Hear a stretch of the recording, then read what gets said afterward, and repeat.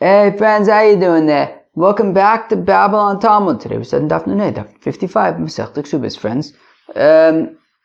Well, we talk a shtickle about Tosefes Ksuba, and we talk about the opinion of Rabbi Elazar ben Azariah, who says that after Erison, she gets the Masayim or Mana, but not the Tosefes. That right, only at Nisuin she would get the whole shebang. Alright, let's get started on Daf Nunei and Beis by the Gemara. Pshita. Ma'odetema kitzusa avdi rabban shalavayish es misha eno kamashmalan. So Gemara says Pshita. Obviously, you can add, right? What does the Mishnah say?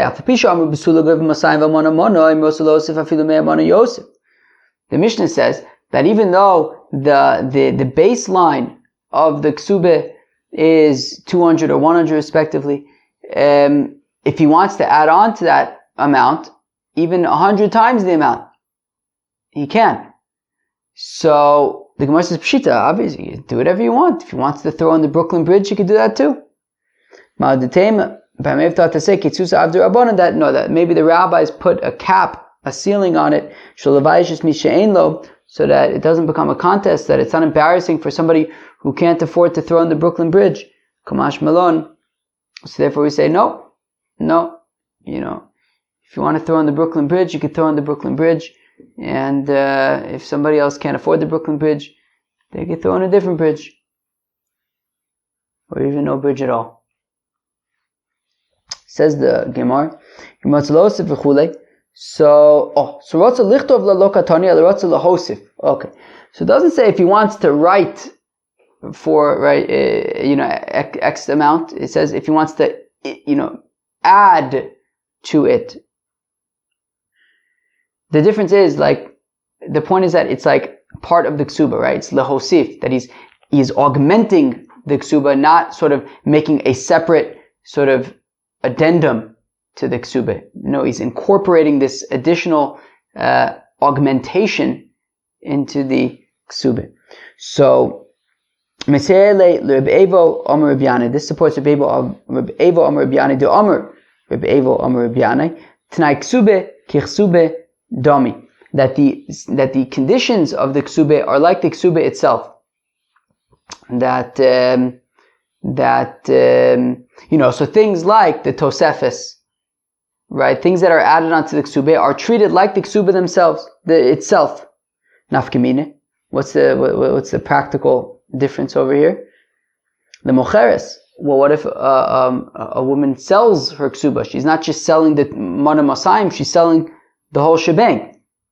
With Mocheres, if she sort of condones the Ksuba, if she says that, I don't know if that's the right word, but pardons, if she says to her husband, I don't need the Ksubis, so she's not just saying I don't need the Mana Masayim, she's saying I don't need the whole shebang. The Moredes, if you have a woman who rebels against her husband and says, husband, I'm not sleeping with you anymore, so then she doesn't get a Ksuba. And that's not just the Mana Masayim, it's the whole shebang. Ulefogemes, or if she obstructs the Ksubis. What was that again? It was what was it? What? The Shem Peron or Tosefes Kabat Dinner Avzo. What the heck was this again? There's so many things going on here. I'm looking at Rashi. Tanana Pogemis Ksubas Latifra Ela B'Shvua in Pogma Tosefes Nami Sha'amr L'Shem Peron Tosefes is Kabat Dinner Av Zo Pogemis Ksubasi. Right. That if she makes a claim that she only received part of the payment of the Ksuba, and the husband says, no, you received the entire payment, since she has to swear that she's telling the truth. So this doesn't just apply to the Mana Masayim, it applies to the whole shebang. The Tova'as, it also applies to right, we said the other day that if a woman claims, people are yelling outside. As I've asked before, do you just yell outside? Probably not, but these people do. So the Mocheles, so the Morebes, Pogemes Lutovas, so if she goes to Bezdin And we learned the other day that if she goes to Bezdin to claim her ksuba, right, to demand her ksuba, so then she doesn't get mazonis anymore. So that applies not just to the Mana Masayim, but also to the whole shebang. Uloveres Adas, or if she decides that she doesn't want to be religious anymore, so then she doesn't get her ksuba. That doesn't just apply to the Mana Masayim, it applies to the whole shebang. The Shevach, so also when it comes to the Ksubis, so she only gets sort of the value of the property that the Ksubis is being paid from at the time of the death. But if it goes up in value over time, she doesn't get, she doesn't profit from that gain. Now that does not simply apply to the Mana Masayim, it applies to the whole shebang.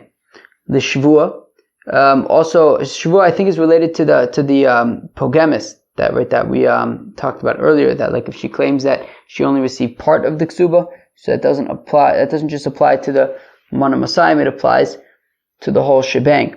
Vila Shvius, generally on Shemitah, this year the Ma'aser Shemitah, so Shemitah is Mishamit all the shtaris, right? So like all the shtaris become null and void during the Shemitah, but the Ksubah does not.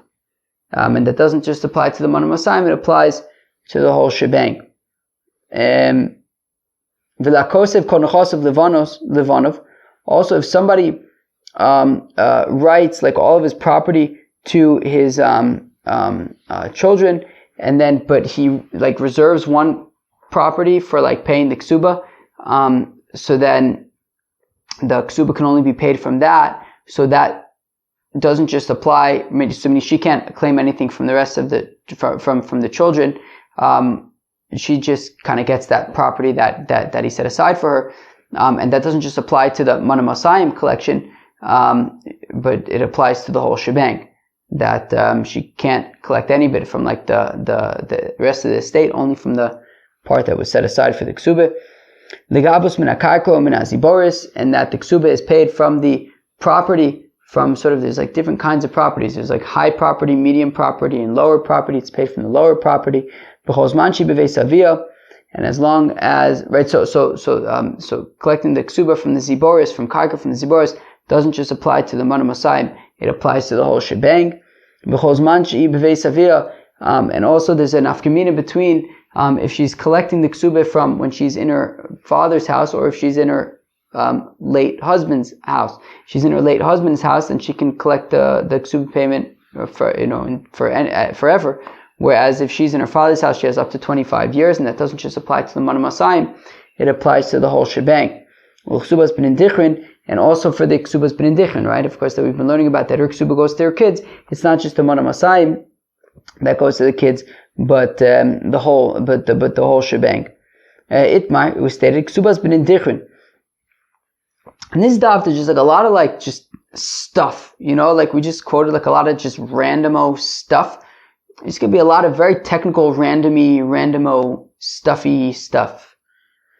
Itmar was stated, Ksubas B'nindichin, when it comes to the Ksubas B'nindichin, Pumpedisai Amri, the Pumpedean say, Lo Taifim Mishabde. So the Ksubas B'nindichin, they can't chop it around from like if people bought property from the father, so they can't say, hey, you couldn't buy that property because we want it for our Ksubas B'nindichin. No, you can't do that. Yarsun Tanan. Because it says Yarsun, right, that you're going to inherit it. Inheritance, you can't chop around inheritance from Lekuchis. Whereas the people of Matamachasya say that Ksubas B'nindichin, they can go to the Lekuchis and chop around fields. Yazvun Tanan, because it says Yazvun, which is like a Balchov. So you can treat it as a Balchov, and they can go and chop around the Ksubas B'nindichin from people who bought property from the father. The halacha is like the people of Pumpedise, that they can't chop around the Ksubas B'nindichin from Lekuches, because it says Yarsun, that it's an inheritance. If the husband had set aside movable objects to be for her Ksube, and Vesnu Be'enayu, and they are in front of us, so below Shavuot, so she could chop those metaltalin arayin, and she doesn't have to swear or anything like that. if he set aside movable objects for ksuba, even though of course generally ksuba would be paid from karka, but if he set aside specific movable objects for her ksuba payment, so she could chap those arayin without having to swear about anything. But less nu ba'inayu, but if they are not in front of us and we don't know where they are, pumpadisai ame below shvua, the pumpadeans say she could collect she can collect from karka without having to swear about the whereabouts of the movable objects. The people of Matamachasya, they ever say that she would have to swear, because we have to be concerned that maybe the husband gave her other stuff, or maybe that maybe she's already been paid her ksuba, so she has to swear that she hasn't been paid in order to be able to get paid. And the Allah is like the Pumpedei Sayans, that she doesn't need to swear. If he set aside a property for her and delineated all four boundaries, so below shvua she doesn't need to swear in order to collect that property. Mitzra pumpedisai amri below shvua. But if he only had set aside one border of the field, and what was the nafkamina about the one thing? What was it? Shichila karka v'chosav l'ba'av mitzrayim shelo b'chayev lasos l'aputiki l'chsuba v'meis nefas imena below shvua d'vade lo sulo matbes tzari achrine. She's not. Okay. He definitely didn't give her anything else. Fine. B'chad mitzvah pumpedisai amri below shvua. But if it was only one borders, and the Pumpadeans say that she doesn't have to swear about anything because she can just collect that field. But the people of Matamachasya say she can only collect if she swears, because we have to be concerned that maybe he gave her other stuff. The law is like the Pumpedei Sayans, that she doesn't need to swear. Amr le'edim, if he said to the witnesses, kisvu v'chismu fa'avulei. So if a fellow says to witnesses write and sign and give it to a fellow, so kanu minei, if they made a kinyan, lo tzarechim luchebe, right? So if a fellow said to witnesses that I want you to write and sign and give money to somebody or something, so kanu minei, if the witnesses made a kinyan, right, that this should really be done, so lo tzarechim luchebe, when it comes to actually then paying the fellow, they don't need to confirm with this fellow that he wants to pay the other fellow. Lo kanu minei, but if the witnesses didn't make any kind of a kinyan, the Pumpadeans say you don't need to confirm with him, whereas the people of Matamachasya say no, you do have to confirm with the fellow. And the halacha is that they would have to confirm with the fellow. So Rabbi Elazar ben Azariah, so the Mishnah had said that according to Rabbi Elazar ben Azariah, so there's the Ksuba, the Manam assignment, there's the Tosefes. So if they were only engaged, they never actually got married yet, so then says Rabbi Elazar ben Azariah, she'd only get the Manam Asayim, she wouldn't get the Tosefes, she wouldn't get the additional stuff. So Itmar was stated, Rav Reb Nosson. So we talk about Machlokas Rav and Reb Nosson. What's the Machlokas about?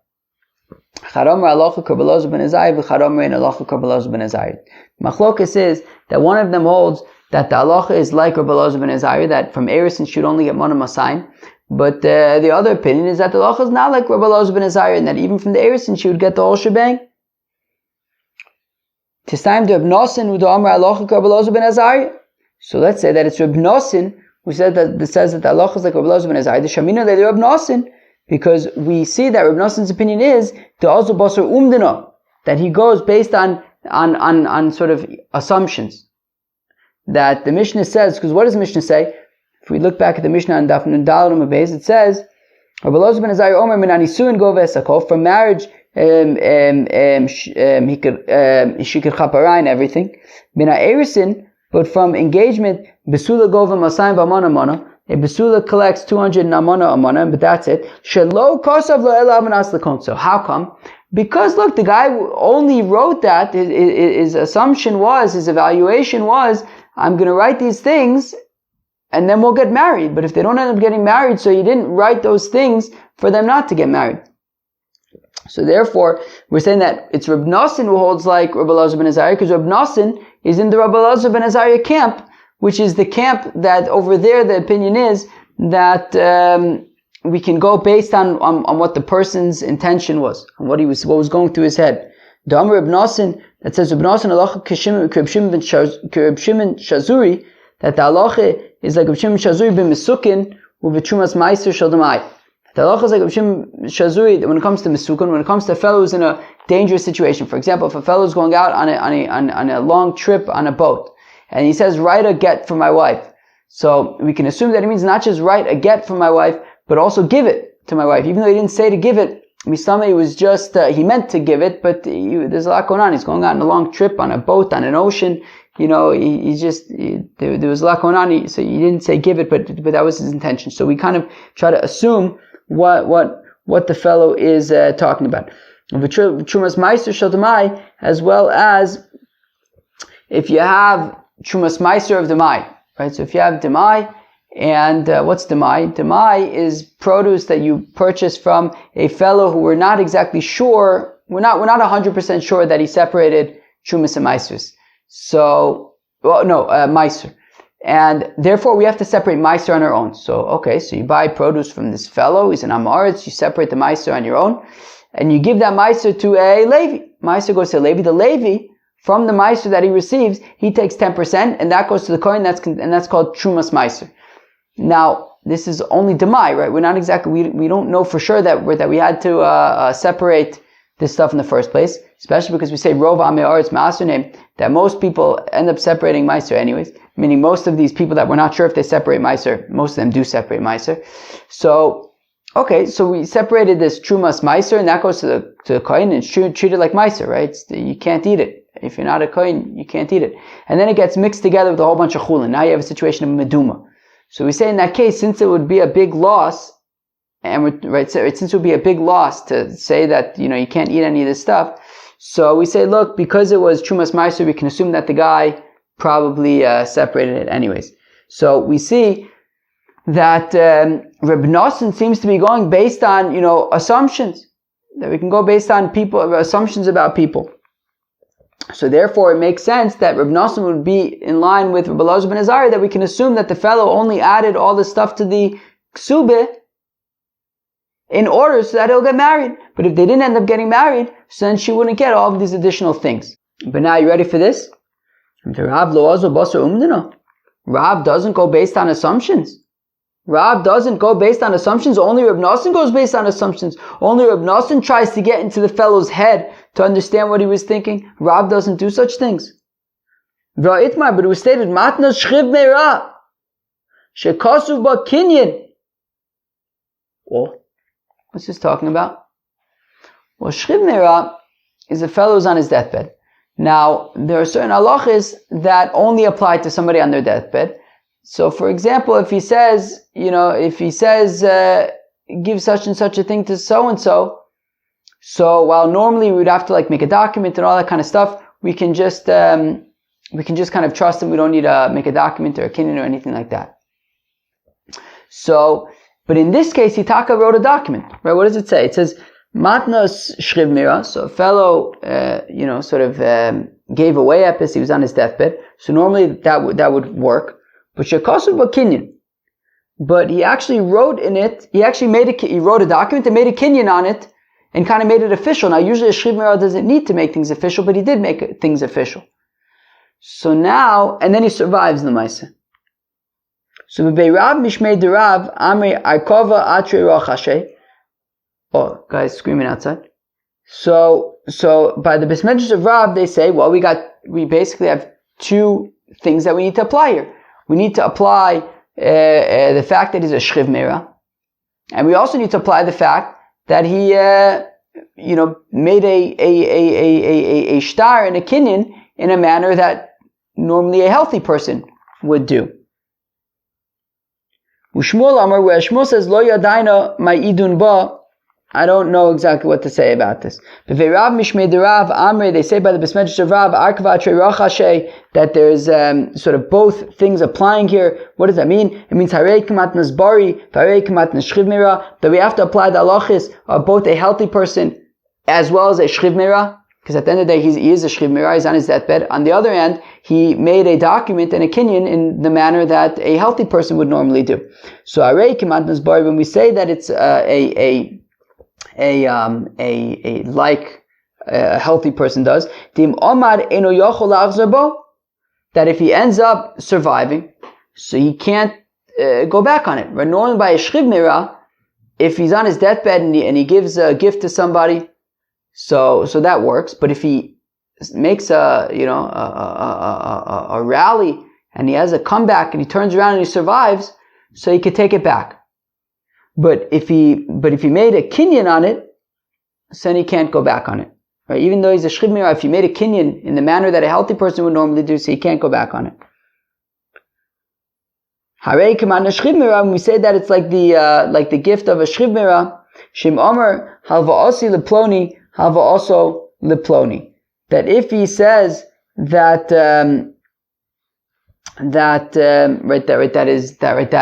he's giving his loan to somebody else and somebody else can collect that loan, so normally a fellow wouldn't be able to make a kinyan on that, but because it's a shchiv mirah, he would be able to do that, and therefore we sort of apply that halacha of a shchiv mirah and say that he can sort of give the right to collect his loan away to somebody else. So we apply kind of both the halachis of a healthy person, which is that if he gave something away using a shtar and a kinyan, he wouldn't be able to take it back. But we also apply the halachis of a shchiv mirah, which is that he would be able to give away the collection of his loan to somebody else. So Shmuel Amar, where Shmuel says, Lo yadayna ma'idon ba, I don't know what to say. Shem lo gomer la'aknoso ele b'shtar. Maybe he really was intending only to sell it, to make a kinyan with the document. Ve'ein shtar la'achar misa, and you can't have a document after death. So it only apply after death, and that wouldn't be able to work. So we see that Rav is kind of getting into the mindset of the shchiv mirah to try to understand what his intention was when making this document, to say that he was kind of applying both the halachos of a shchiv mirah as well as the halacha of a healthy person. So elatarvayu azli basu umdano. So rather both Rav and Reb Nosson go based on evaluation. Okay, well if that's the case, then shouldn't they? So then how could they both go like Rabbi Elazar? Or so then how do we know who's going like Rabbi Elazar ben Azariah? Sumanda Omer halacha shapir.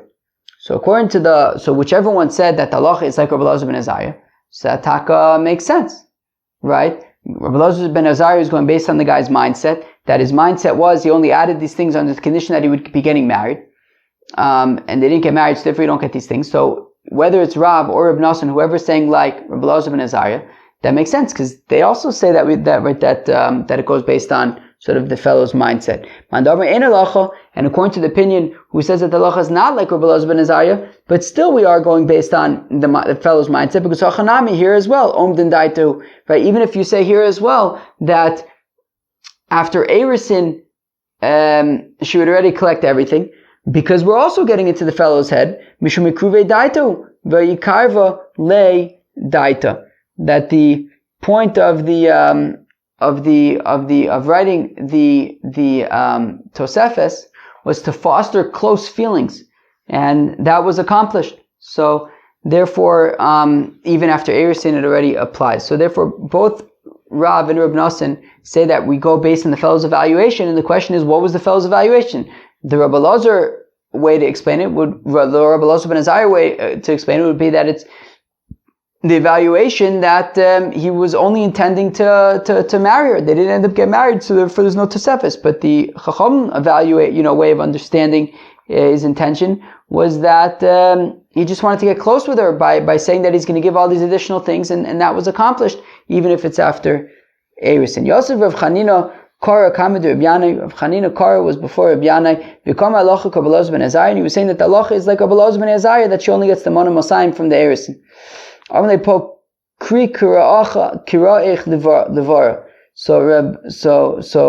Reb Yanai says, hey, Rav Chanina Korah, go and read your reading stuff outside. Ein halacha Rabbi Elazar ben Azariah, because halacha is not like Rabbi Elazar ben Azariah. Amar Rav Yitzchak bar Avdimi Mishum Rabbeinu says of Yitzchak bar Avdimi in the name of Rab, halacha Rabbi Elazar ben Azariah, that the halacha taka is like Rabbi Elazar ben Azariah. Rav Nachman and Shmuel halacha Rabbi Elazar ben Azariah. Says of Nachman in the name of Shmuel that the halacha is like Rabbi Elazar ben Azariah. Rav Nachman Didi Amar ein halacha Rabbi Elazar ben Azariah.